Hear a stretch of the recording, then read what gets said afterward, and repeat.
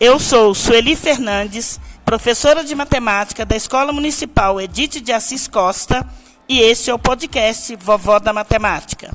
O assunto de hoje é números inteiros e operações com números inteiros. Hoje temos a participação especial no nosso podcast dos alunos da turma 802 dessa escola. Se você se interessa por matemática, nos ouça até o final. Até porque, segundo Galileu Galilei, a matemática é o alfabeto no qual Deus escreveu o universo.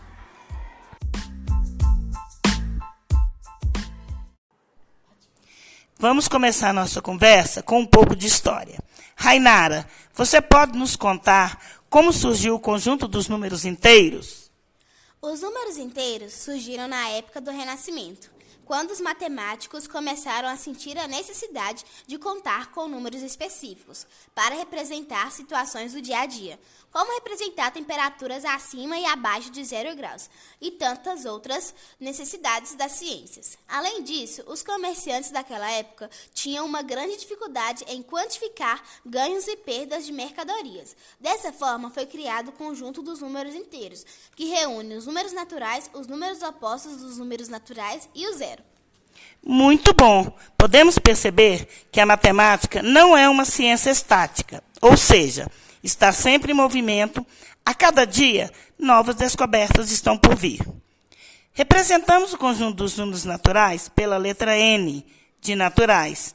E por que o conjunto dos números inteiros não é representado pela letra I, e sim pela letra Z?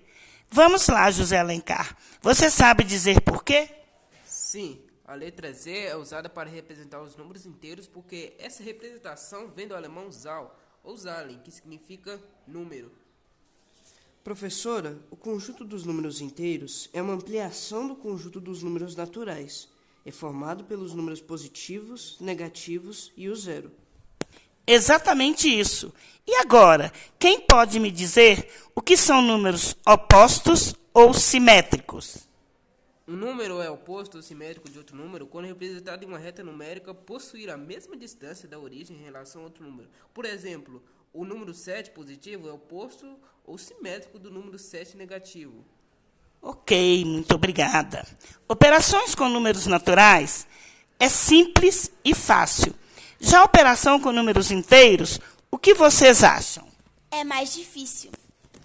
É mais complicado, porém é importante que saibamos fazer, pois está presente em muitas situações do nosso cotidiano. Pois é, aprender com esses números é de suma importância para a nossa caminhada escolar. Precisamos treinar bastante e termos bastante atenção. Mas existem regrinhas que nos auxiliam nesse processo. Para somarmos ou subtrairmos, temos 2 regrinhas. Duda, você pode nos dizer uma delas? Quando os sinais dos números inteiros são iguais, devemos adicionar os módulos dos números, mantendo o sinal dos números. Exemplos: mais 9 é igual a mais 18. Menos 1 é igual a menos 2. Mais 4 mais 6 é igual a mais 10. Ok. Rainara, nos diga qual é a segunda regra. Quando os sinais são diferentes, devemos subtrair os módulos dos números, mantendo o sinal do número de maior módulo. Menos 4 mais 6 é mais 2. Menos 10 mais 5 é menos 5. Menos 20 mais 36 é mais 16. Isto. Seguindo essas regras, a adição e a subtração se torna bem mais fácil. Já para multiplicar e dividir, basta efetuar as operações normalmente e usar a regra de sinais. Não é mesmo, Lucas? Sim, a regra é a seguinte. Sinais iguais na multiplicação ou na divisão sempre resultam em sinal positivos. Sinais diferentes na multiplicação ou na divisão sempre resultam em sinais negativos. É isso aí. E César, explique-nos essa regra. Menos com menos é igual a mais com mais é igual a mais, menos com mais é igual a menos, mais com menos é igual a menos. Pois é, agora que nós já sabemos as regras, o negócio é praticar. Neste terceiro bloco, vamos apresentar alguns exemplos do uso de operações com números inteiros no nosso cotidiano. José Alencar, Nos dê um exemplo. Em um jogo, a pontuação de Paulo foi a seguinte. Na primeira rodada, perdeu 475 pontos. E na segunda rodada, ganhou 520 pontos. A solução é simples. Basta efetuar menos 475 mais 520. Se na diferença subtraímos os valores absolutos e damos o sinal do maior, 520 menos 475 é igual a mais 45. A pontuação de Paulo foi 45 pontos. Ok, muito obrigada, José. E agora, César, nos traz mais um exemplo, por favor. Ana tinha em sua conta R$300. Foi efetuado um depósito de R$375. Qual é o saldo da conta de Ana? O saldo é calculado efetuando mais 300 mais 375.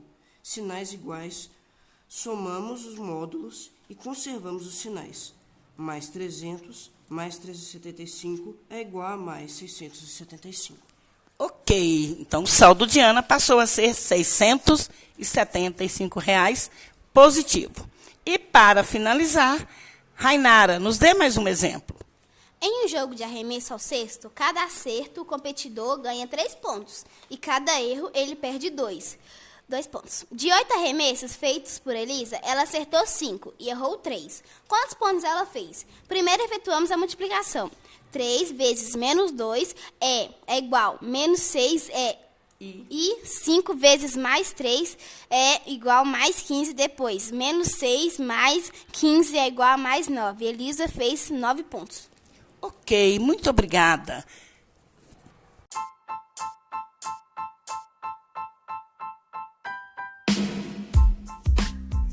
Chegamos ao final de mais um podcast.